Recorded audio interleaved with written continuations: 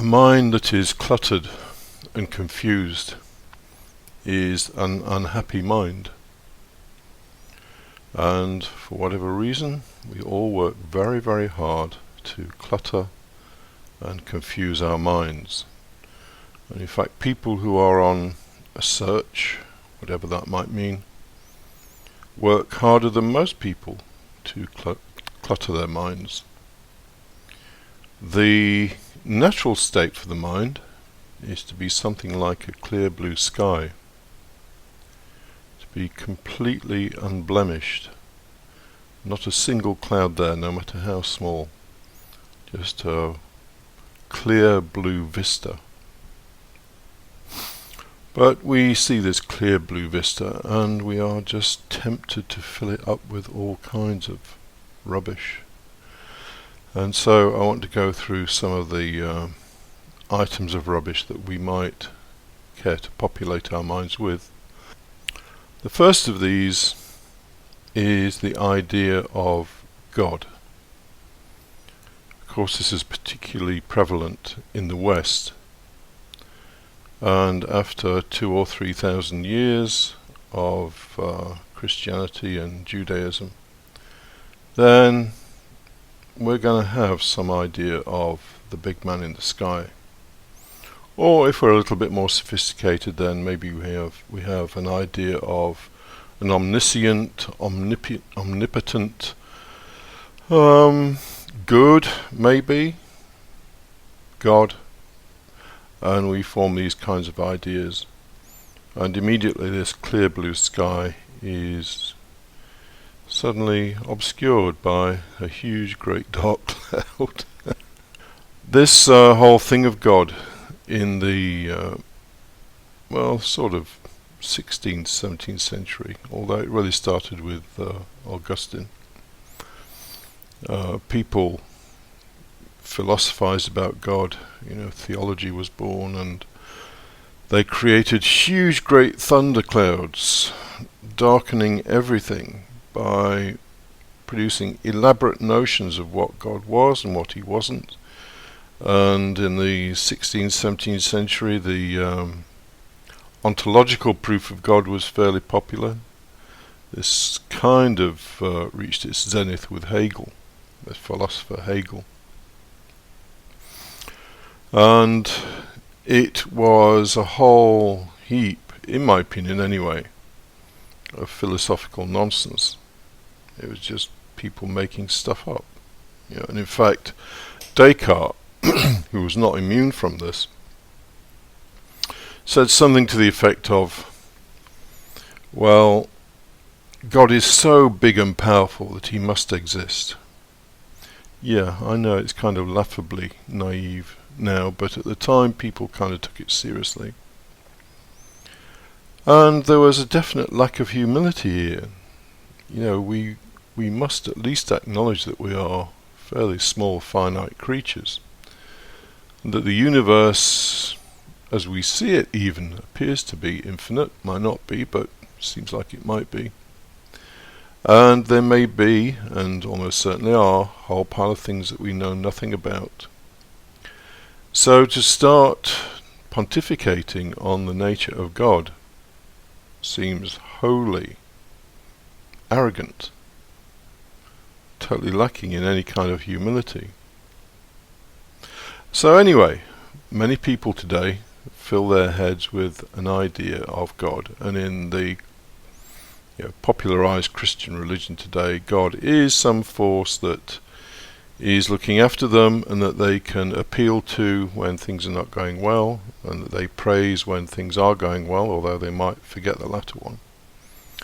And in various other cultures, then we have the Atman, and in the East we have Buddha. At least in the East, various sages have come out with statements like, if you see a Buddha on the road, kill him. Why? Because all you've done is fill your head full of rubbish, some idea of what a Buddha should be. So that idea is something you need to kill because it has obscured what is otherwise a clear blue sky. And then we have various systems One of the best examples of this is Uspensky, who took Gurdjieff's work and created a system, although Gurdjieff never actually spoke about a system himself. So we have this system with things like the ray of creation, the law of three, the law of seven, the food diagrams, yada yada yada, and this clear blue sky is no longer visible. The mind is cluttered with all kinds of stuff that, because it's not even very well thought out, is wholly confusing. And people adopt all kinds of beliefs, a belief in spirits or whatever, beliefs that are unfounded in fact. Well, maybe somebody can see ghosts or something, but if you can't, then basically it's a bit silly to believe in them, isn't it? Unless you got some definitive kind of proof. So, bearing in mind that the pure and most joyful state for your mind is for it to be empty, for it to be like a clear blue sky, then what role does reason have in all of this? Well, we do live a human life, and it is only reason that has taken us out of the caves and taught us that thunderstorms are not the anger of the gods. And it is only reason that has allowed us to deal with many diseases, to protect ourselves from predators. And although lots of people complain, the life prospects for many people today are actually fairly good, compared with how they were a couple of thousand years ago, even say. And we have reason to thank for this, and as I've mentioned in another podcast, there's no point saying, well, reason has got us into a fine mess. We got nuclear weapons, and 99% of the wealth is in 1% of the hands, and all this kind of thing. Well, that's nothing to do with reason, that's to do with emotions, that's to do with greed and power lust. It's nothing to do with reason, it's quite the opposite. So reason has a very interesting role. Oddly enough, reason doesn't really obscure this clear blue sky in the way that all these belief systems do. And the reason why that's the case is because reason, to a large extent, is not usually associated with any particular kind of emotion. When we reason about something, we're usually in a fairly impartial state of mind, which cannot be said if somebody's desperately trying to conjure up some idea of God or something of that nature. So reason doesn't really obscure the sky in the same way that these other things do, because it doesn't have some kind of emotional charge associated with it. Having said that, even reason is an obscuring. They might be white fluffy clouds, but even so, it's an obscuring. But we have to engage reason because we need to live, and we need to live as far as possible safely and in as a healthy condition as we can, and for that we do need reason. And even more than that, people enjoy playing around with reason. They enjoy science, and they enjoy mathematics and maybe philosophy and these kind of things. Speculative philosophy is just more of this loading your mind with dark clouds. Don't do it. Study philosophers who base their work on something observable, something real. So the role of reason really is twofold. One is to give us a better life, and the other one is as a pure form of entertainment, if you like. And while it would be nice to think that we can indulge in the clear blue sky all day, the reality is we can't. We do live a human life, and while we're living a human life, we will need to deal with life. And the best way to deal with life is through reason. If the emotions come in, then we need ways of understanding them through reason and dealing with them. That's a whole other topic, and I've covered it many times in other podcasts. But the clear blue sky is an interesting thing because it's pure and, from our perspective, wholly ruthless. There's those wonderful lines in the Tao Te Ching where Lao Tzu says, "Heaven is heartless, treating all its creatures as straw dogs." In other words, we appear, we live a life, and then we disappear.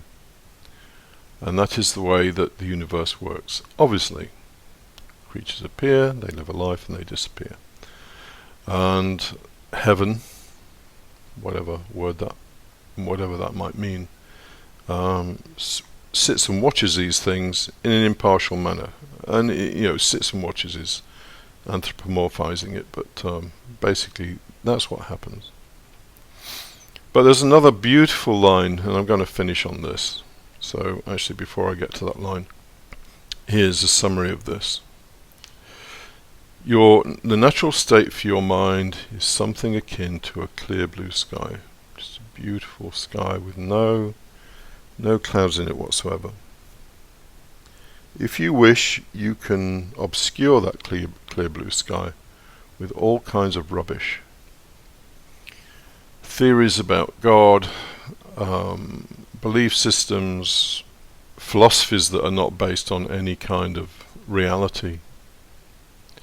And you will end up being confused, which are the really dark clouds. Don't do it. Don't do all that stuff. We have to engage reason to live. But reason doesn't have that sort of desperation that's associated with people trying to find God or whatever. So we can engage reason, and reason is still little fluffy white clouds, but we have to do that to live.